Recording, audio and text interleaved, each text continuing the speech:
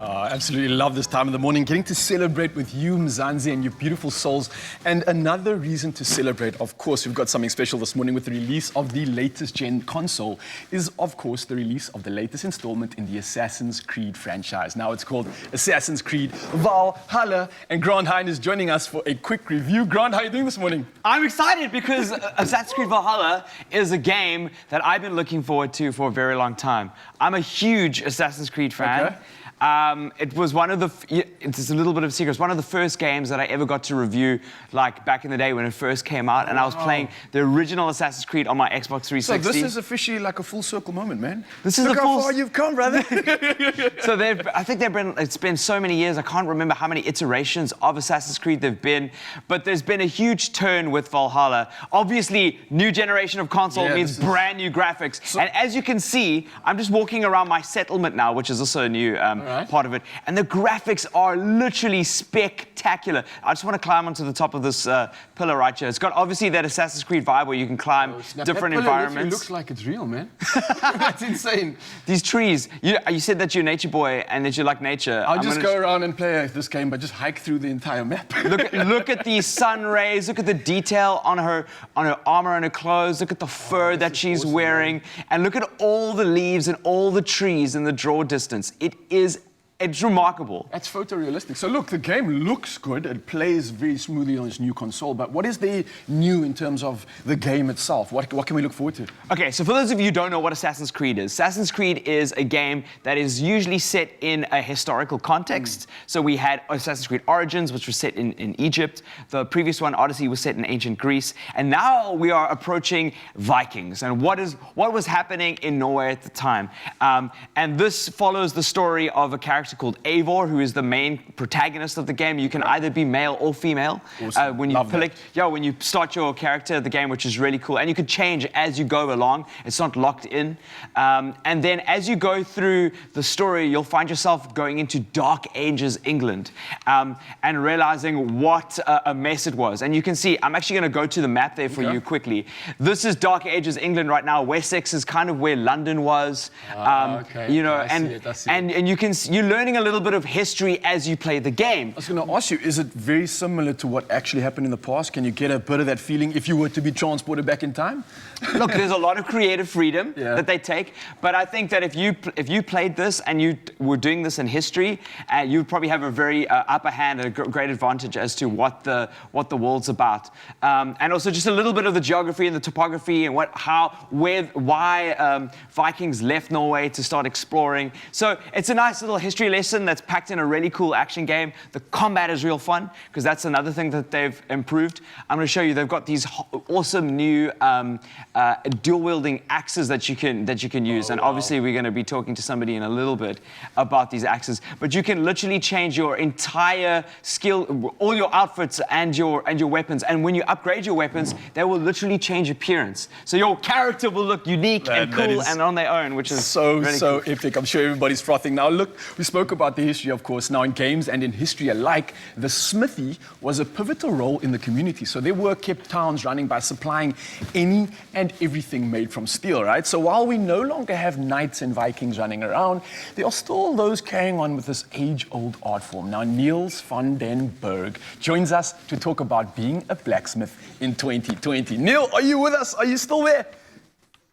I am here, man. I'm here. Man, look, I've got to say, I'm so excited to chat to you. I've been watching Forged in Fire for like every single season, so I have absolute respect for you, man. I'm probably going to phone you up and ask you to make me something, but man, how are you doing this morning? Brother, can't complain. We normally start working at 7, so this is a tad early for me. But welcome. Thank you for having me on the show, man. It's really appreciated. No, look, I appreciate it. So look, man, you are like a modern day blacksmith. So how did you get into this profession that seems to have been lost so long ago? And I came across a now good mate of mine, Mr. Stuart Smith, exactly 11 and a half years ago at a flea market. And yes, this dude hitting steel, and I was completely gobsmacked. I could not believe that this was out there. And following week, did a 2-day class with him, and it's been downhill ever since, man. This bug bit me, got out of the IT environment to hit steel full time. I think we're all glad for that little occasion and for that little moment that you met up with him. So I got to ask you, do Vikings actually, did they use axes? And what other weapons did they actually use? Axes was a real thing. Normally guys would make swords, right? And sword had one function, and that was to stab people. Where an axe was a agricultural tool, so you use it to chop trees, chop wood, chop your neighbor, whatever, chop your meat on the braai, the whole thing, man. So it was an edged weapon. You could cut your biltong with it. You could do whatever you needed to do. So it was a multifunctional thing. And when they went raiding, well, their trusted axe went with them. Now, traditionally, those axes were a lot smaller than the one we have here.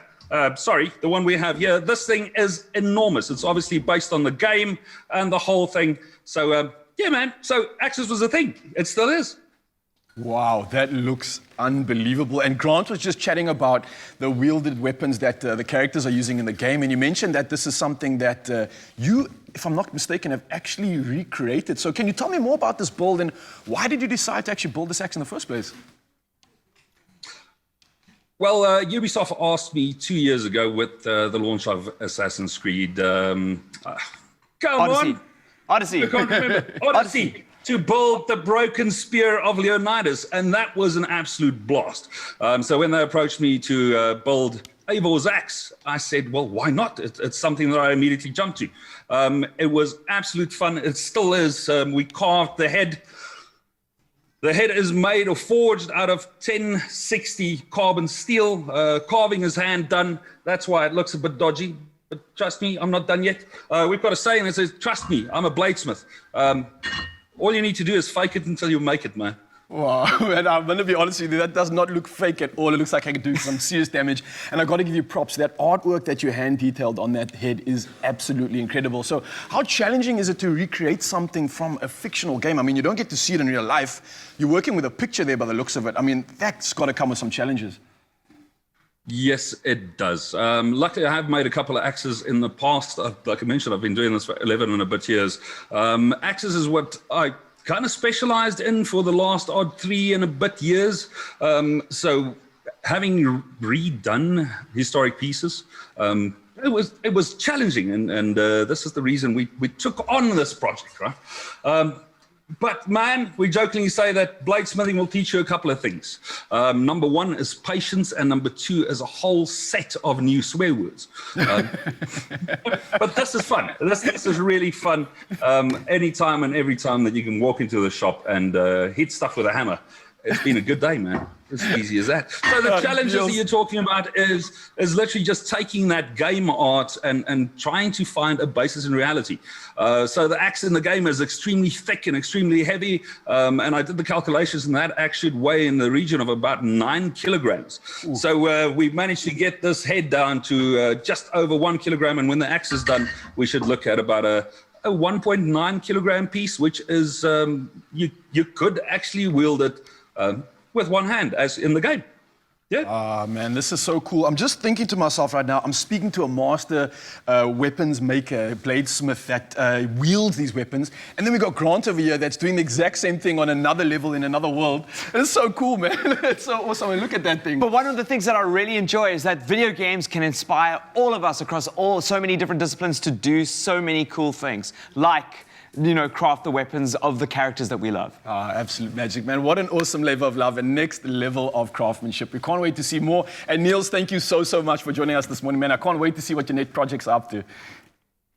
Excellent. Thank you for having me, man, and have fun. I managed to play the game a bit yesterday, and I must say it is absolutely phenomenal. But what I need to mention is that there's a competition. So you could win an Xbox One X. You can win the game itself. Valhalla merch, as well as this axe that I'm building.